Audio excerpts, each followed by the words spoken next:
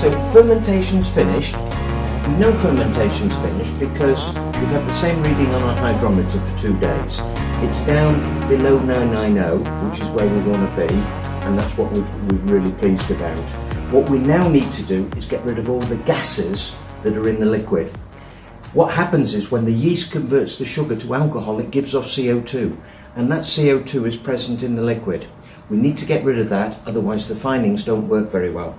So what we've got is what's called a degasser that we sell, and it just goes on the end of a hand drill, and you'll see it in operation in a second. If you haven't got one of these, not to worry, you can use your paddle or your spoon that came with your starter kit.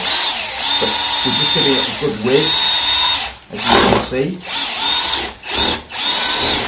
And what we like to do as well is just reverse the flow. But you can see all the bubbles coming up to the surface here. It's all sort of quite white on the top. And then we just reverse it again.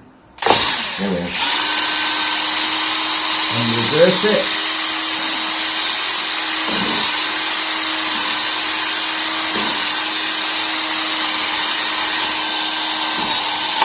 Just reverse it again.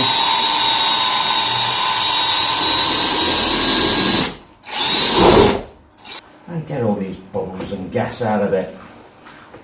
Okay, so we're going to keep going for the next 12 hours. And then I'll be back to you and we're going to add the finings to it. So what we're trying to do with this is we're trying to get rid of these bubbles on the surface. The more the liquid is full of gas, the more these bubbles will rise to the top, and they'll also be bigger and bigger.